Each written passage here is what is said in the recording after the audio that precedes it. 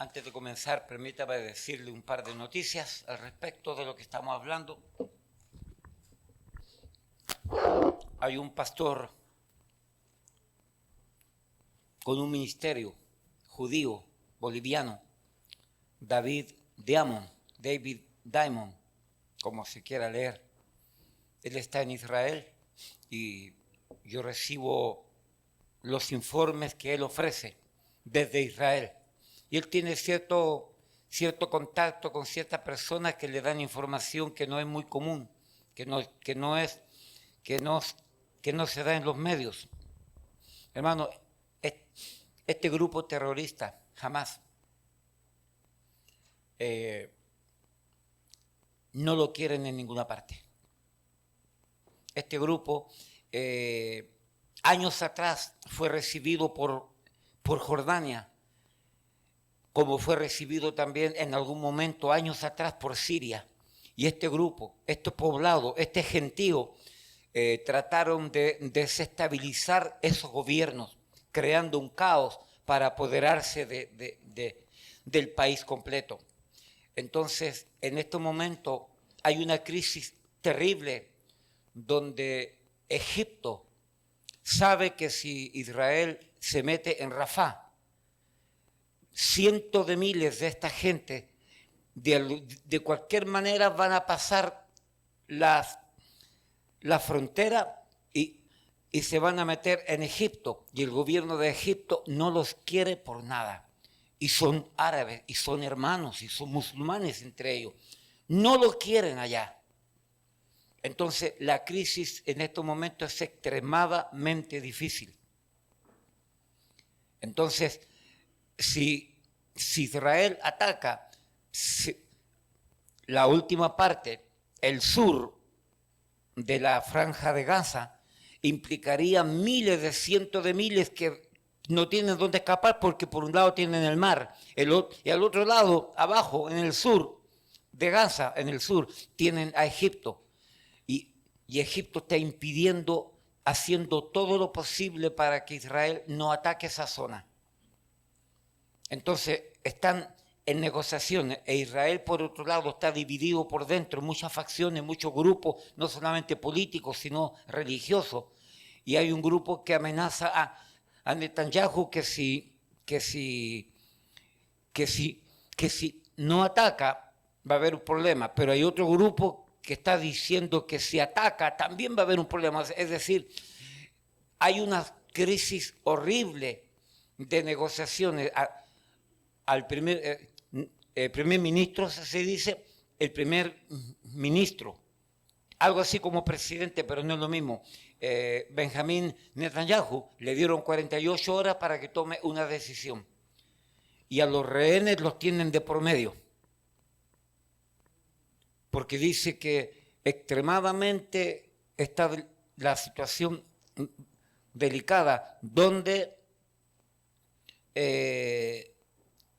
Egipto no quiere que se arme esa guerra, y jamás sabe que si Israel se mete a la última franja que falta, jamás desaparece.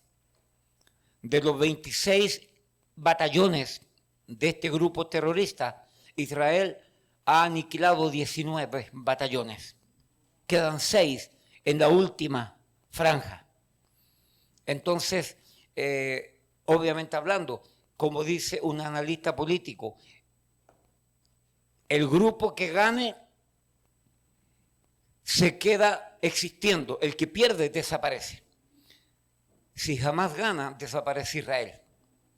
Si Hamás pierde, entonces desaparece Gaza y permanece Israel. A ese extremo es la situación difícil que hay allá. No le quiero mandar a usted el link, pero al que le interesa, pídame después para que yo le mande el link de este hermano pastor que todos los días está sacando anuncios y noticias de cómo está la cosa allá. Sería bueno que escuchara por mano de un hombre que conoce la Sagrada Escritura y conoce las profecías, porque tiene entonces esa objetividad de ver las cosas a la manera de la profecía bíblica. ¿Sí? No sé todo lo que crees, hermano, pero es bastante sano en muchas cosas. Yo lo conozco hace mucho tiempo. Hermano, orar por esta situación, orar por Israel, porque eso es lo que nos queda a nosotros. Hermano, y orar por estos países árabes, por todos estos grupos, para que conozcan al Mesías y conozcan a Jesucristo. Eso es lo único que va a arreglar, es la única solución. Y sabemos humanamente hablando que eso no va a pasar. Lo sabemos. No porque Dios lo ha decretado, es porque no quieren creer en el Mesías, y punto. Hermano, mire, si el propio Israel no creyó en el Mesías, ¿van a creer los árabes en el Mesías? Obviamente hablando, también hay que entender que hay mucho movimiento cristiano en estos países. Hay mucho cristianismo que está naciendo y que están aceptando a Jesucristo como el Yoshua HaMashiach, como se dice popularmente en ese ambiente mesiánico. ¿Ok? Entonces, hermano, la situación es bien complejo y nosotros tenemos que estar en el lado correcto de la historia. Números capítulo 24, en la medida que lo encuentre, le invito a ponerse en pie. Número 24, versículo del 1 al 9. En la medida que lo encuentre, entonces le invito a ponerse en pie para que demos lectura y demos inicio entonces al tema que tenemos para esta tarde. Bendeciré a los que te bendijeren, punto. Bendeciré a los que te bendijeren. Números 24, del 1 al 9. Cuando vio Balaam que parecía bien a Jehová, que él bendijese a Israel, no fue como la primera y segunda vez, en busca de agüero, sino que puso su rostro hacia el desierto, y alzando su voz vio a Israel alojado por sus tribus, y el número y el Espíritu de Dios vino sobre él. Entonces tomó su parábola y dijo Balaam, hijo de Beor, y dijo el varón de ojos abiertos, dijo el que oyó los dichos de Dios, el que vio la visión del Omnipotente, caído pero abiertos los ojos. Cuán hermosas son tus tiendas, oh Jacob, tus habitaciones, oh Israel, como arroyos están extendidas, como huertos junto al río, como aloes plantados por Jehová, como cedros junto a las aguas. De sus manos destilarán aguas, y su descendencia será en muchas aguas. Enaltecerá su rey más que Agag, y su reino será engrandecido. Dios lo sacó de Egipto, tiene fuerza como de búfalo, devorará a las naciones enemigas, desmenuzará sus huesos y las traspasará con sus saetas, se encorvará para echarse como león y como leona. ¿Quién lo despertará? Y al final dice, en el versículo 9, dice, benditos los que te bendijeren y malditos los que te maldijeren. Padre, una vez más, damos gracias por su palabra, porque lámpara a nuestros pies y lumbrera a nuestro camino. Nuevamente vemos la bendición para con Israel, que el que bendice a Israel será bendecido, el que maldice a Israel será maldecido. Ayúdanos a entender, como pueblo tuyo, a entender estas verdades y a tener un concepto correcto y sano frente a todo esto que nos ha tocado vivir. En el nombre de Jesús oramos y damos gracias. Amén y amén. ¿Pueden tomar asiento, mis amados?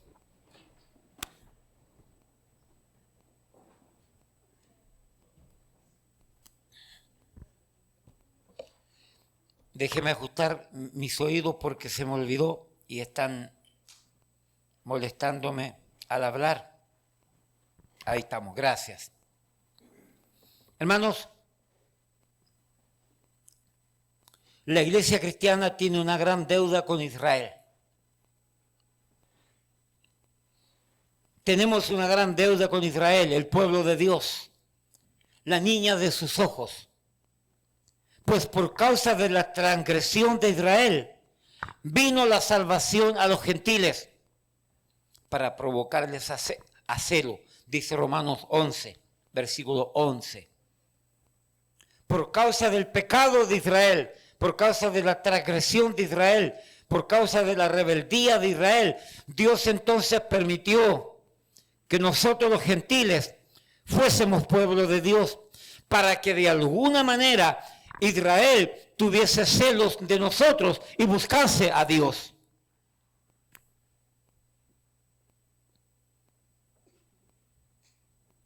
Por lo tanto, no es casualidad lo que dice Juan capítulo 4, versículo 22, cuando el Mesías, hablando con la mujer samaritana, sostuvo, declaró, sentenció que la salvación viene, procede, se origina de los judíos. Es decir, nosotros somos salvos por causa de esa salvación que se origina en el pueblo de Israel, por Cristo que es judío. Entonces nosotros hemos alcanzado la gracia de Dios, la salvación, de alguna manera por gracia, pero implicando todo esto en la Sagrada Escritura, que la salvación viene de los judíos. Por lo tanto, grande deuda tenemos para con Israel. Y lo menos que podemos hacer es pedir por la paz de Israel. Lo menos, pues, somos llamados a pedir por la paz de Israel. Somos llamados a orar por Israel. Somos llamados a interceder por Israel ante el soberano. Somos llamados a tener empatía con Israel. Sobre todo en el tiempo que nos ha tocado vivir. Porque estamos mirando cómo a pasos agigantados se acerca lo que serían los últimos eventos proféticos. El día grande de Jacob, hermano, el día grande de la crisis de Jacob se acerca a pasos agigantados. Yo no quiero ser judío y estar vivo para ese tiempo. Yo no quiero. Porque la crisis va a ser horrible. Vuelvo a repetir, leyó Zacarías 12, leyó Zacarías 13, leyó Zacarías 14. Me imagino que no. Por eso es que usted no entiende. Por eso es que usted no tiene ningún tipo de carga. Por eso es que a usted le da lo mismo. Por eso es que usted a lo mejor está pensando mal en todo esto. Porque no tiene carga por lo que se acerca, por lo que viene, que es grande. Al final, en ese tiempo de la ira de Jehová, de la ira de Dios, la iglesia ya no va a estar, es cierto, no vamos a estar en el tiempo de la ira de Jehová, de la ira de Dios. Pero hay que sentir lástima y pena de lo que le viene a Israel. Dice, si no me equivoco, no sé si alguien lo leyó, dice que 1/3 de Israel solamente va a salir libre de todo lo que viene, 1/3. Es decir, que de 100 personas, 70 se van y van a quedar solamente 30. 1/3 van a poder recibir al Mesías. Por lo tanto, mi hermano, lo menos que podemos hacer nosotros es orar por la paz de Israel, es orar por Israel, es orar por ese pueblo, porque la salvación viene de los judíos. Repito, porque somos y fuimos salvos por la rebeldía de los judíos, porque no debemos pensar que somos mejores que Israel, porque así como Israel fue cortado del tronco, podríamos de igual forma hacerlo nosotros y ellos volver a ser injertados, como dice Romanos 11. Eso es para los que entienden todo esto, no lo voy a explicar. Por lo tanto, amada iglesia, hermano, no somos llamados a criticar, a sentenciar, menos a enjuiciar al pueblo de Israel. No somos llamados, no es nuestra postura, no es nuestro propósito. Hermano, lo que está sucediendo allá, que es triste, deprimente para algunos, Dios lo está permitiendo. Y si Dios lo permite, es porque está dentro de su voluntad, está dentro de sus planes, está dentro de todo lo que tiene que suceder para que la voluntad decretiva o permisiva de Dios, cualquiera que sea, se lleve a cabo hasta el final. Pero no va a ser fácil todo eso. Como decíamos tiempo atrás, no hay gloria sin sufrimiento. Para que Israel llegue a la gloria, va a haber sufrimiento. Y no solamente Israel va a sufrir, hermano, el pecado, el mundo entero en pecado va a sufrir. El mundo entero, no crea que solamente Israel va a ser cortado en tercio. No, hermano, el mundo entero va a pagar las consecuencias por su pecado, por su rebeldía. Y si usted es salvo de verdad, si usted es regenerado de verdad, usted ha nacido de nuevo, usted no va a experimentar toda esa desgracia final que le viene a la humanidad. Dios ha puesto en mi corazón predicar sobre Ezequiel 38, 39, sobre Zacarías, principalmente la segunda mitad, porque Zacarías se divide en dos partes. La segunda mitad tiene que ver con profecías y con todo lo que estamos viviendo, y es ahí donde posiblemente yo me voy a dedicar a estudiar. Después que termine Daniel, por supuesto, no se asusten. Y después que termine Daniel con algunos pasajes de Apocalipsis. Así que no es nuestro papel, no es nuestro propósito al existir como creyente, como iglesia cristiana, como hijo de Dios, como hijo de Abraham por la fe en el Mesías, el criticar, el sentenciar, el enjuiciar a Israel. Somos llamados a pedir por la paz, a orar por Israel, a interceder por Israel. Debemos de tener empatía por Israel. Debemos de sentir lástima, por decir así. Esther capítulo 3.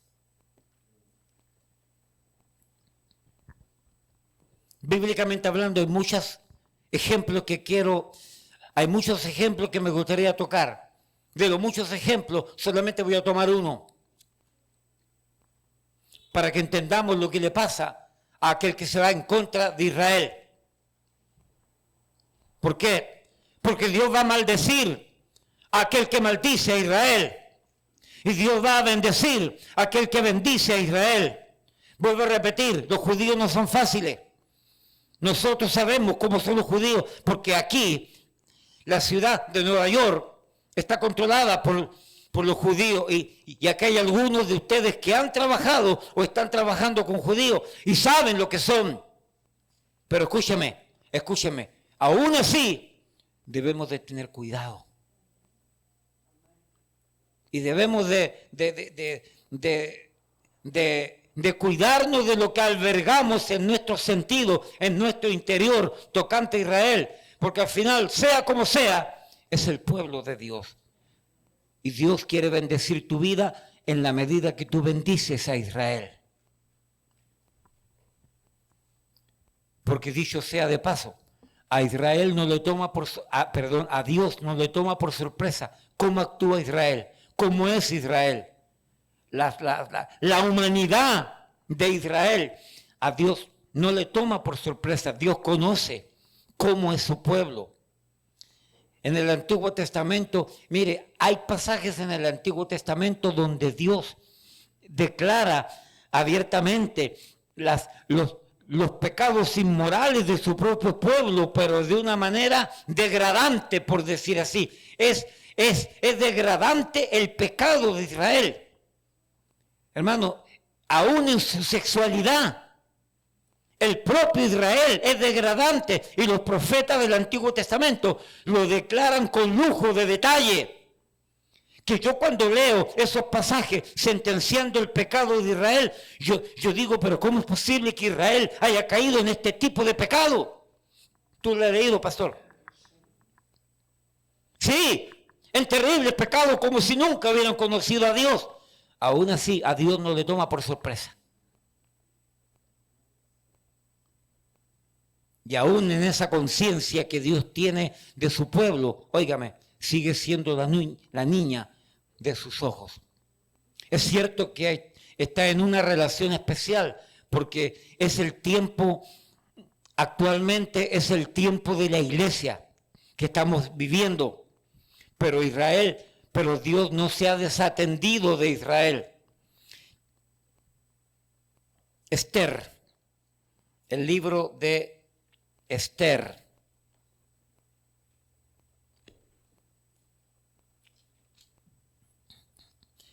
A raíz de esta historia que vamos a contar de manera breve, espero, nace una fiesta para Israel.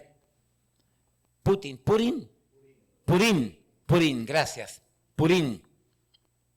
Una fiesta donde celebran la victoria de Dios que le dio a Israel. La reina Esther, el rey Asuero, Mardoqueo, el primo o el tío de Esther, y el terrible Amán. Esther capítulo 3.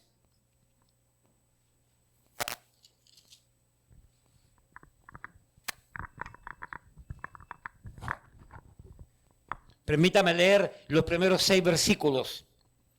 Después de estas cosas, el rey Asuero engrandeció a Amán, hijo de Amedata, agageo. Mire para acá. Amán es amalecita, descendiente de los mismos amalecitas. Agag tiene que ver con Amalek. Y los amalecitas fueron sentenciados por Dios. Se me olvidó estudiar a quiénes son los amalecitas del día de hoy. No sé si Pastor Jerry no. Okay. Anyway, sigamos. Después de estas cosas, el rey Asuero engrandeció a Amán, hijo de Amedata, agageo, y lo honró y puso su silla sobre todos los príncipes que estaban con él. Y todos los siervos del rey que estaban a la puerta del rey se arrodillaban y se inclinaban ante Amán, porque así lo había mandado el rey. Pero Mardoqueo ni se arrodillaba ni se humillaba. Mardoqueo era judío. El rey había mandado a toda la gente a arrodillarse ante Amán. Pero cada vez que Amán pasaba frente a Mardoqueo, y Amán veía que Mardoqueo no le reverenciaba, no se inclinaba, no se tiraba al piso, a Amán se ponía como un diablo. Se enojaba Amán, porque Amán quería que todo el mundo se arrodillase ante él. Versículo 3. Esther 3:3. Y los siervos del rey que estaban a la puerta preguntaron a Mardoqueo: ¿por qué traspasas el mandamiento del rey? Es decir, ¿por qué no hace lo que el rey dice, que te inclines ante Amán? Aconteció que hablándole cada día de esta manera y no escuchándolos él, lo denunciaron a Amán para ver si Mardoqueo se mantendría firme en su dicho, porque ya él les había declarado que era judío. Y vio Amán que Mardoqueo ni se arrodillaba ni se humillaba delante de él, y se llenó de ira, de pique, de enojo. Pero mire lo que dice ahora, pero tuvo en poco poner mano en Mardoqueo solamente, pues ya le habían declarado cuál era el pueblo de Mardoqueo, y procuró Amán destruir a todos los judíos que había en el reino de Asuero, al pueblo de Mardoqueo. Este maldito Amán, amalecita, no solamente se fue en contra de Mardoqueo, que no lo reverenciaba, sino que dijo: yo voy a acabar con el pueblo de Israel, que está en todo este imperio. No va a quedar uno vivo. Hermano, ese es un tipo de anticristo. El propósito principal del anticristo, según Daniel capítulo 7, Daniel capítulo 8, según Tesalonicenses capítulo 2, según Apocalipsis 13, según Apocalipsis 17, el propósito principal, uno de los propósitos principales del anticristo es acabar con Israel. Amán es un tipo de anticristo. Faraón de Egipto también es un tipo de anticristo, como lo vamos a ver luego.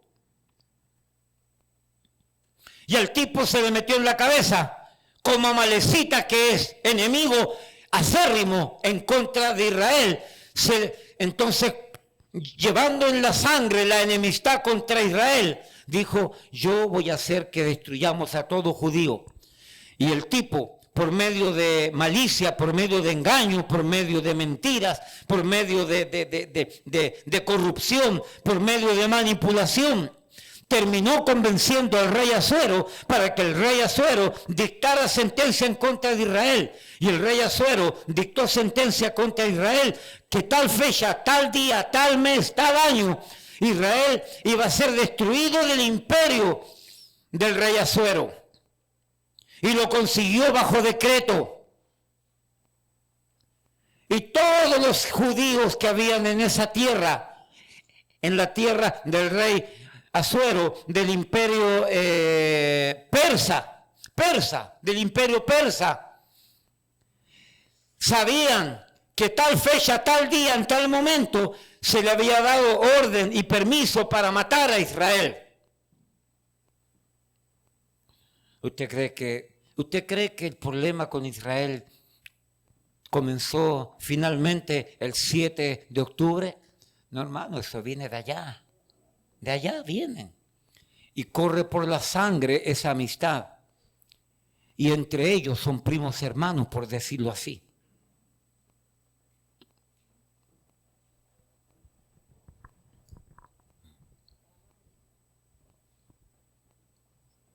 Todo estaba preparado.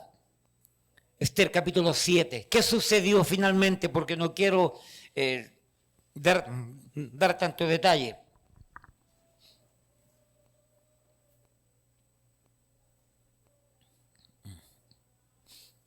Aquí aparece en escena Esther, que es obligada por Mardoqueo a hacer lo posible, a hacer lo imposible en el área de lo posible en favor de Israel. Y la reina Esther prepara una estocada en contra de Amán, el maldito. Y en Esther capítulo 7 nosotros podemos visualizar, entender, leer, comprender en qué terminó esta supuesta masacre que venía en contra de Israel. Esther capítulo 7. Fue pues el rey con Amán al banquete de la reina Esther. La reina Esther había preparado un banquete para agasajar al rey, para hacer sentir bien al rey, para que el rey le concediera su petición especial.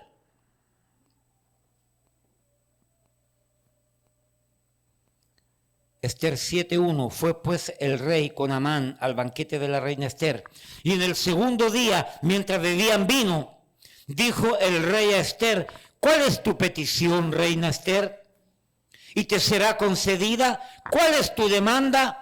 Aunque sea la mitad del reino, te será otorgada. Es exactamente lo que yo digo a mi esposa. Yo me le rindo a mi esposa y le digo: hasta la mitad de mi reino te ofrezco.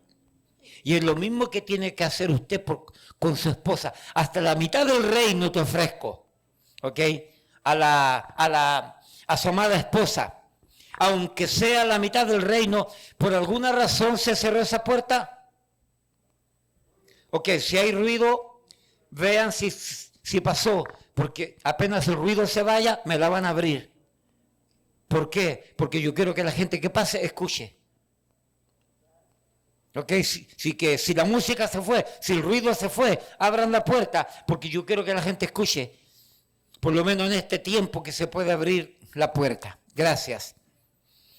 Entonces la reina Esther respondió y dijo: oh rey, si he hallado gracia en tus ojos, y si al rey place, séame dada mi vida por mi petición, y mi pueblo por mi demanda, porque hemos sido vendidos, yo y mi pueblo, para ser destruidos, para ser muertos y exterminados. Si para siervos y siervas fuéramos vendidos, me callaría, pero nuestra muerte sería para el rey. Pero nuestra muerte sería para el rey un daño irreparable. Respondió el rey Asuero y dijo a la reina Esther, ¿quién es? ¿Y dónde está el que ha ensoberbecido su corazón para hacer eso? Es decir, ¿dónde está el bandido? ¿Dónde está el maldito que ha engrandecido su corazón para irse en contra de tu pueblo? Es lo que trata de decir el rey. Esther respondió, versículo 6. El enemigo y adversario es este malvado Amán. Ahora, mira para acá. Mírale, tú tienes que visualizar la cara de Amán. Amán se sentía orgulloso porque al único que invitaban a la fiesta del rey era Amán. Y se sentía orgulloso porque iban a la casa de la reina. Y me imagino a Amán como el pavo real entrando por la casa de Esther, contento porque era el único invitado a la fiesta. Y de repente, en ese orgullo, la reina Esther declara, el bandido que ha hecho todo esto en contra de mi pueblo es ese maldito Amán. Imagínense cómo se le cayó la cara a Amán, creyéndose único que podía ir a la fiesta del rey, a la casa de la reina.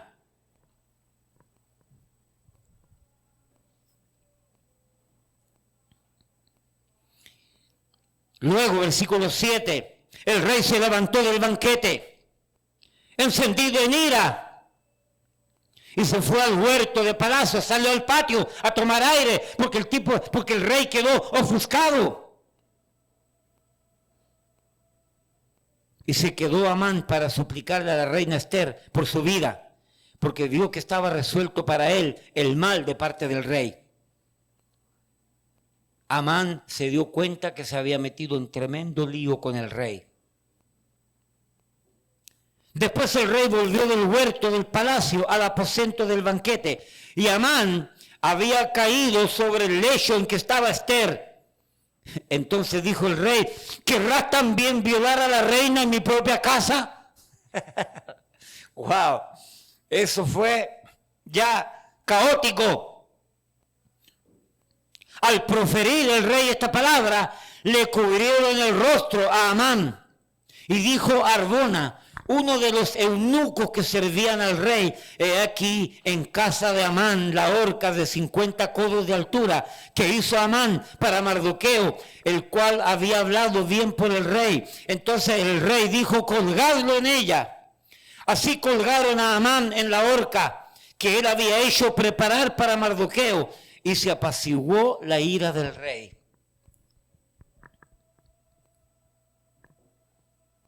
Si a usted le interesa conocer Biblia, conocer historias de Israel y conocer verdades de Israel, permítame decirle algo. Léase el libro de Esther completamente. Y lea lo que sucedió. Llénese de esto.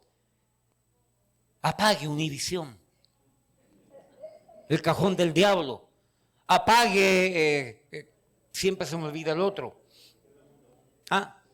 Telemundo, apáguelo. Y léase una historia ahí, de verdad, relatada correctamente, que emociona. La historia cuenta allí. La historia cuenta allí.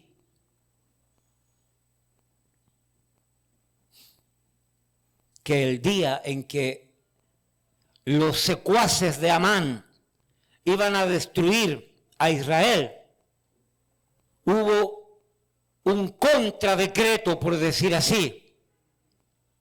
Y en ese contradecreto, Israel fue el que se levantó en contra de sus enemigos. Y en todas las provincias, la masacre fue grande en contra de los enemigos de Israel. Y como consecuencia tenemos hoy la fiesta de Purim de Israel, que celebran la victoria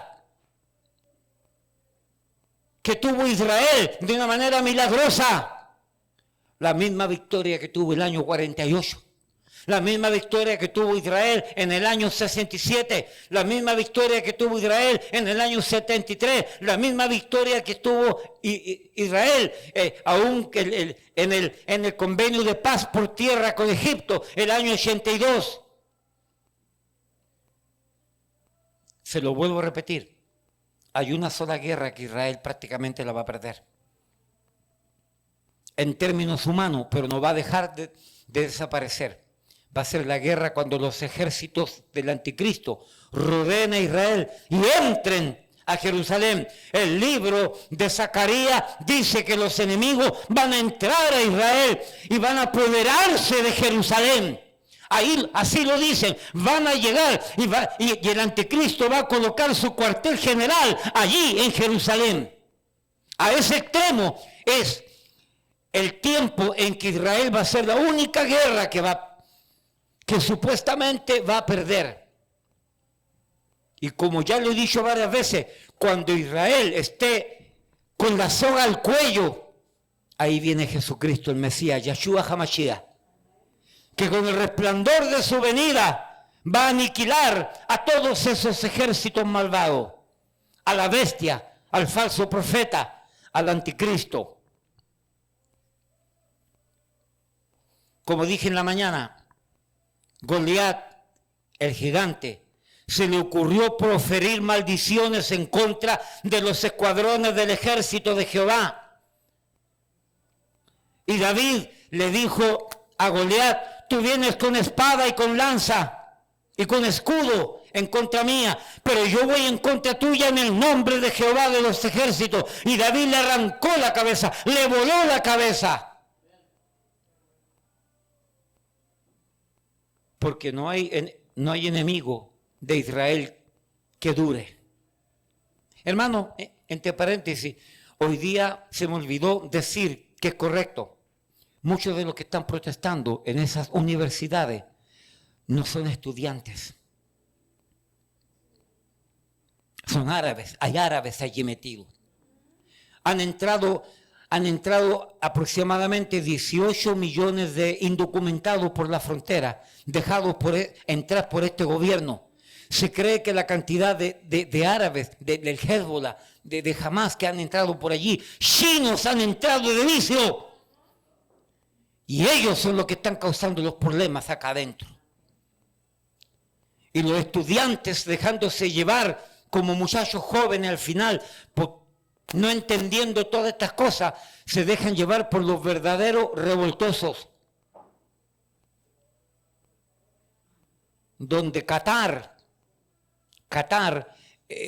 inyecta con millones y millones de dólares en todas estas campañas. En Qatar están los principales líderes de estos grupos terroristas y viven como reyes, mientras sus secuaces, los pobres infelices, se están muriendo de hambre en todos estos lugares. Hermano, cualquier grupo, cualquier nación que se mete en contra de Israel no va a terminar bien. Estados Unidos no va a terminar bien. Va mal, ya. Ha firmado su sentencia de muerte en lo económico, en lo moral, en lo espiritual, ha firmado su sentencia de muerte. Estados Unidos no va a ser diferente a las otras naciones que nos rodean en América Latina. No estoy diciendo que Estados Unidos va a desaparecer. No. Es una nación fuerte, pero no va a tener ninguna trascendencia geopolíticamente hablando. Le están quitando todo su poder. Le están quitando toda su autoridad. A millón están destruyendo el valor del dólar. A millón lo están destruyendo y lo están reemplazando por otras monedas. Bueno, ¿de qué manera Dios bendice a lo que bendicen a Israel? Rápidamente, Éxodo capítulo 1, rápidamente, 3 ejemplos nada más, pero son breves, créame. Tienen miedo ustedes cuando yo digo que son breves, porque ahí cuando son largos, pero no. Éxodo, capítulo 1, 17 al 22. La historia es simple. José fue vendido por los hermanos. Fue esclavo, estuvo preso. Y al final Faraón lo sacó de la cárcel porque interpretó los sueños correctamente. Y lo hizo segundo en Egipto. Líder segundo en Egipto, después del rey, después del presidente, después de Faraón. Pero ese Faraón murió. Y vino otro Faraón que no conocía a José, dice la Biblia, que no amaba a Israel. Y se dio cuenta el nuevo Faraón que Israel crecía y eran más que los propios Egipto, y tuvo miedo de que un día Israel se levantase y tomase control de todo Egipto. Entonces el nuevo Faraón promulgó una ley como por debajo de la mesa. Llamaron a las parteras que atendían a las mujeres israelitas, a las que ayudaban a nacer los bebés, y le dijeron: cada vez que tú veas el sexo del bebé, si el sexo es masculino, mátalo, tíralo al río que se lo comen los cocodrilos, y si es mujer, presérvale la vida. ¿Para qué? Para que esas mujeres, al unirse con los egipcios, los hijos nazcan egipcios, y destruir a Israel. Faraón es otro tipo de anticristo. Las parteras no hicieron caso. Y cuando Faraón los llamó, las parteras dijeron: rey, queremos que sepas que antes de llegar al parto ya las mujeres han dado a luz bebé, y no nos da chance para saber, para poder tomarlos y matar a los muchachos, porque son fuertes las israelitas. Leamos entonces. Y con leer pasamos al segundo ejemplo. Éxodo 1, versículo 17. Pero las parteras temieron a Dios y no hicieron como les mandó el rey de Egipto, sino que preservaron la vida a los niños. Y el rey de Egipto hizo llamar a las parteras y les dijo: ¿por qué habéis hecho esto, que habéis preservado la vida a los niños? Y las parteras respondieron a Faraón: porque las mujeres hebreas no son como las egipcias, pues son robustas y dan a luz antes que las parteras vengan a ellas. Y Dios hizo bien a las parteras, y el pueblo se multiplicó y se fortaleció en gran manera. Y por haber las parteras temido a Dios, Él prosperó su familia.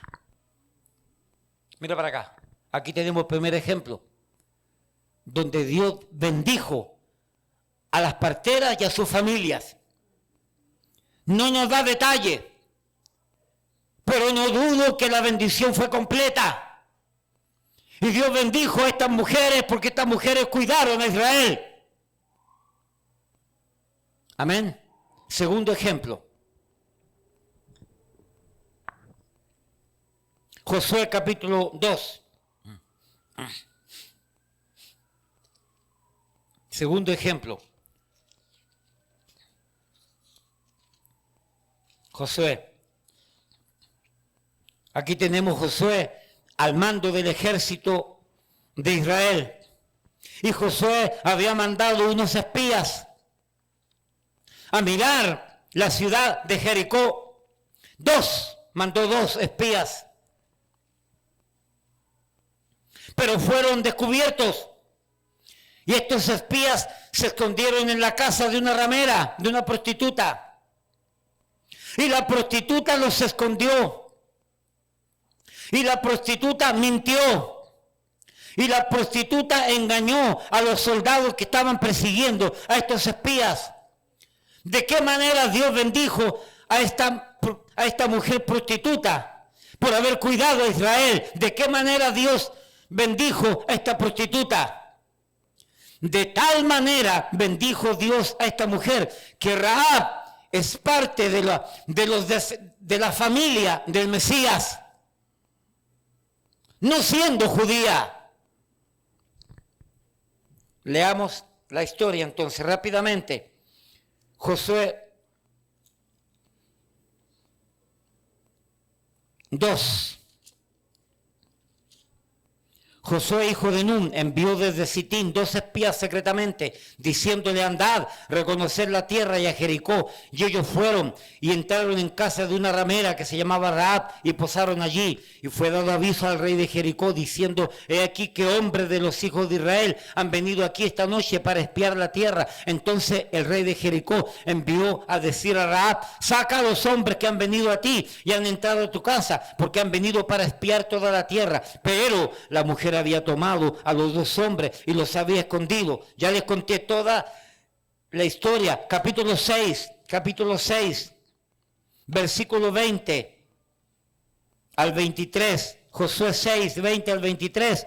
Entonces el pueblo gritó y los sacerdotes tocaron la bocina. Y aconteció que cuando el pueblo hubo oído el sonido de la bocina, gritó con gran vocerío y el muro se derrumbó. El pueblo subió luego a la ciudad, cada uno derecho hacia adelante, y la tomaron y destruyeron a filo de espada todo lo que en la ciudad había: hombres, mujeres, jóvenes, viejos, hasta los bueyes, las ovejas y los asnos. Mas Josué dijo a los 2 hombres que habían reconocido la tierra: entrad en casa de la mujer ramera y haced salir de allí a la mujer y a todo lo que fuere suyo, como lo jurasteis. Y los espías se enteraron y sacaron a Rahab, a su padre, a su madre, sus hermanos y todo lo que era suyo. Y también sacaron a toda su parentela y los pusieron fuera del campamento de Israel. La mujer había hecho un trato con los espías: yo hice un favor con ustedes, ahora yo quiero que cuando ustedes entren aquí a Jericó y destruyan toda la ciudad, yo quiero que ustedes salven mi vida y salven toda mi familia, y todo lo que hay en mi casa, ustedes no lo toquen al momento que viene el ataque final. Y los espías le dijeron: sí, nosotros cumpliremos nuestra promesa porque tú has cuidado a Israel. Y en el momento del asalto final, del ataque final, entraron los 2 espías y salvaron a la mujer, y salvaron a su familia, y salvaron a sus hermanos, y todo lo que tenía fue sacado y lo mantuvo. Y Rahab fue bendecida simplemente por un acto de misericordia para con Israel. Escúchame, porque Dios bendice al que bendice a Israel, y Dios maldice al que maldice a Israel. Finalmente, la tercera historia. Hechos capítulo 10.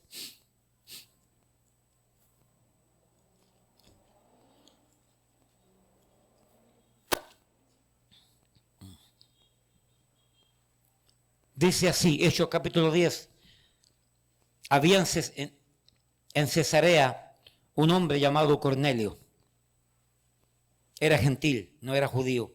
Centurión de la compañía llamada La Italiana. Piadoso y temeroso de Dios con toda su casa. ¿Cómo es que dicen algunos que una persona impía que no conoce a Dios no puede ser piadoso? No puede. Mire, aquí dice que este impío, no conociendo a Dios, dice que era piadoso y que temía a Dios y con toda su casa. ¿Cómo dicen algunos que no existe ningún grado de sensibilidad hacia las cosas de Dios de un impío? A no ser que la gracia de Dios ya por tiempo viniese trabajando con él. Amén. Eso aparte, eso te lo doy gratis. ¿Ok? Piadoso y temeroso de Dios con toda su casa, y que hacía muchas limosnas al pueblo y oraba a Dios siempre. Oye, hasta oraba. Escúchame, oraba más que tú y yo posiblemente.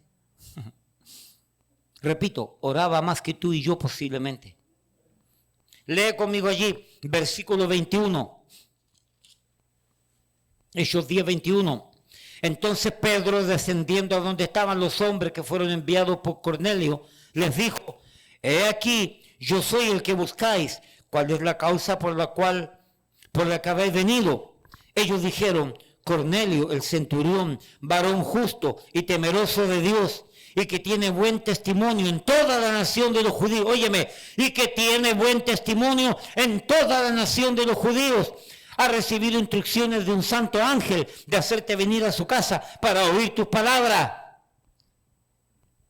Hermano, el testimonio de este hombre: amaba a Israel, cuidaba a Israel, velaba por Israel, era un instrumento de Dios en las manos, ¿cierto? Era un instrumento en las manos de Dios para cuidar y bendecir a Israel. ¿Cuál es la historia final de este personaje? Que no lo voy a leer y espero que tú lo leas, a ver si te animas. Dice que Cornelio y toda su casa fueron salvos. La salvación vino a Cornelio y su casa por cuidar a Israel, por amar a Israel, por bendecir a Israel. ¿Entiendes tú lo que implica que esta frase que dice Dios va a bendecir a los que bendicen a Israel? Al pueblo, a los descendientes de Abraham, por la línea de Sara y de Isaac, por si acaso. Vamos a marcar la diferencia, porque Gálatas, el libro de Gálatas, Pastor Jerry, dice que la bendición no dice que fue a las simientes de Abraham, sino a la simiente, una simiente, Isaac por Sara.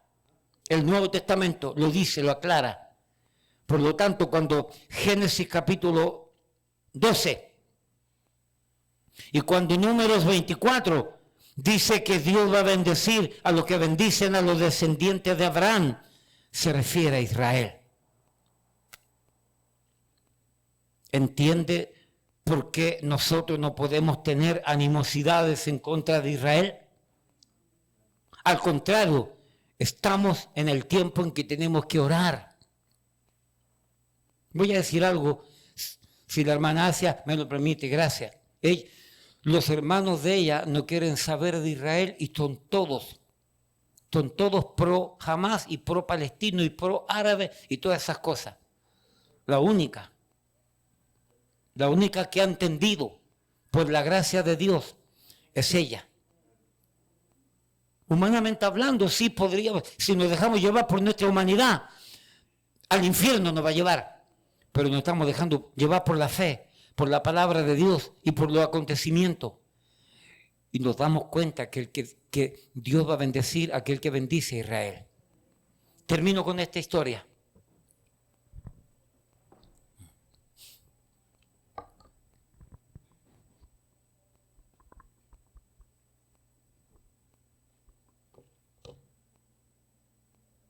Termino con esta historia.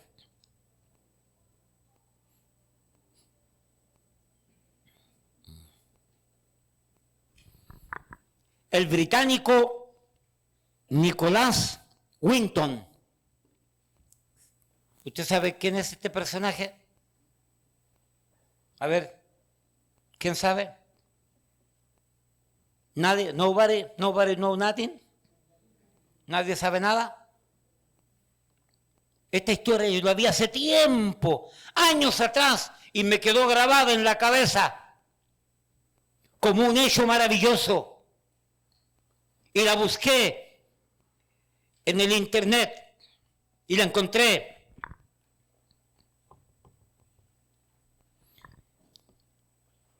El británico Nicholas Winton organizó un rescate a una cantidad increíble de niños judíos para salvarlos del ataque inminente que tenían los nazis en contra de ellos para matarlos. Winton era un corredor de la bolsa de valores. Cuando consiguió sacar por tren a niños judíos de la ocupada ciudad de Praga, me parece que Praga es Checoslovaquia, gracias. Su yerno Stephen Watson informó que Watson murió en paz mientras dormía en el hospital de Inglaterra.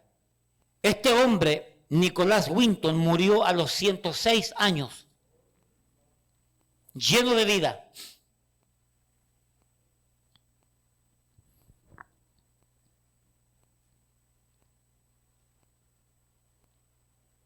Este hombre, escúchame bien, fue de vacaciones a Praga y se encontró con un amigo que le pidió ayuda para rescatar niños y llevarlos a otros países. Y este hombre fue tan impactado con lo que estaba viendo que pronto los nazis iban a llegar ahí. Iban a matar a toda esta gente, iban a matar a todos los niños.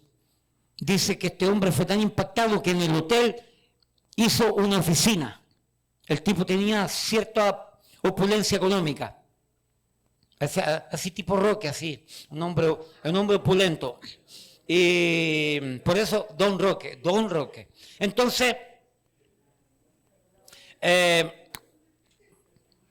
este hombre llamó a diferentes países y solamente un país aceptó niños, creo que fue Suiza o Suecia, un solo país. Pero otros países aceptaron niños bajo condiciones. ¿Cuáles eran las condiciones? Que este hombre tenía que buscar familia, que recibieran a los niños y esas familias dieran al gobierno una cierta cantidad módica de dinero para ayudar en los gastos de estos niños. Habiendo llegado el arreglo, dice la historia que este hombre logró sacar 669 niños que estaban a punto de ser asesinados. De diferentes maneras cargaba trenes y los enviaban a Europa para diferentes partes, para que los nazis no los mataran. La historia dice que el último tren que Winston llenó con 250 niños, el último tren fue interceptado por los nazis.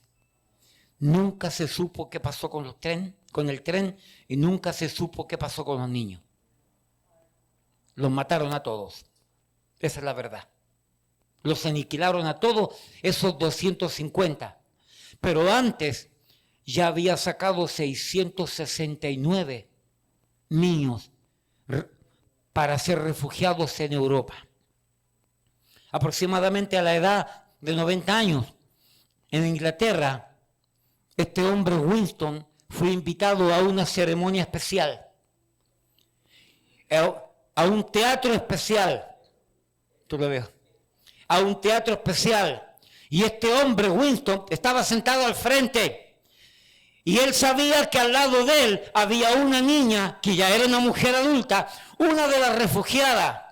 Y el hombre que estaba hablando al frente dijo, después de relatar la historia de este lindo personaje, dijo, yo quiero que ahora se pongan en pie todos aquellos niños que ya son adultos, que todavía están con vida, para que reconozcan a este hombre que fue, humanamente hablando, su salvador. Y cuando la gente se comenzó a parar detrás de él, fue impactante la cantidad de gente que se paró. Niños que habían sido rescatados por este hombre y estaban alrededor de él para darle la gracia. Una cosa impresionante. Y el viejito se para del asiento y ve ese montón de gente que se ha puesto en pie como premio y reconocimiento a la labor de haber rescatado 669 niños. No sé cómo vivió este personaje. Fue honrado con dos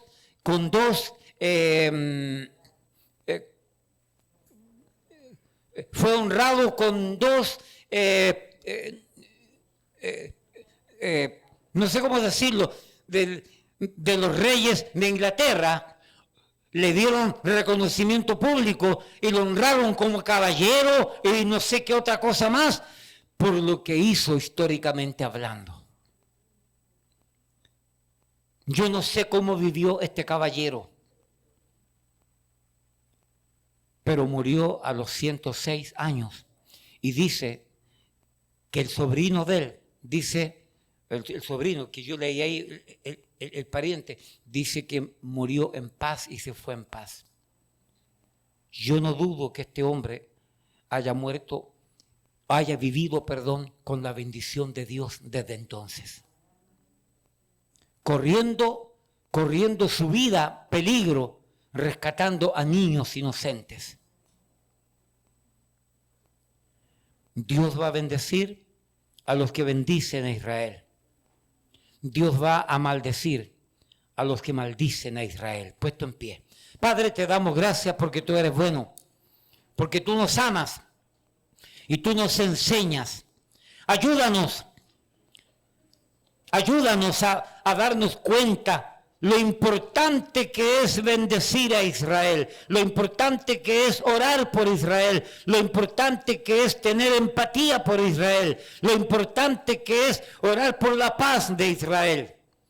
Y ayuda a tu pueblo, a la iglesia cristiana, a que no se dejen engañar por el diablo, por la prensa, por los enemigos tuyos, oh Padre, y por los enemigos de la cristiandad y por los enemigos de Israel. Bendice, Señor, tu palabra en nuestros corazones. En el nombre de Jesús. Amén, amén. Hermanos, Dios la bendiga.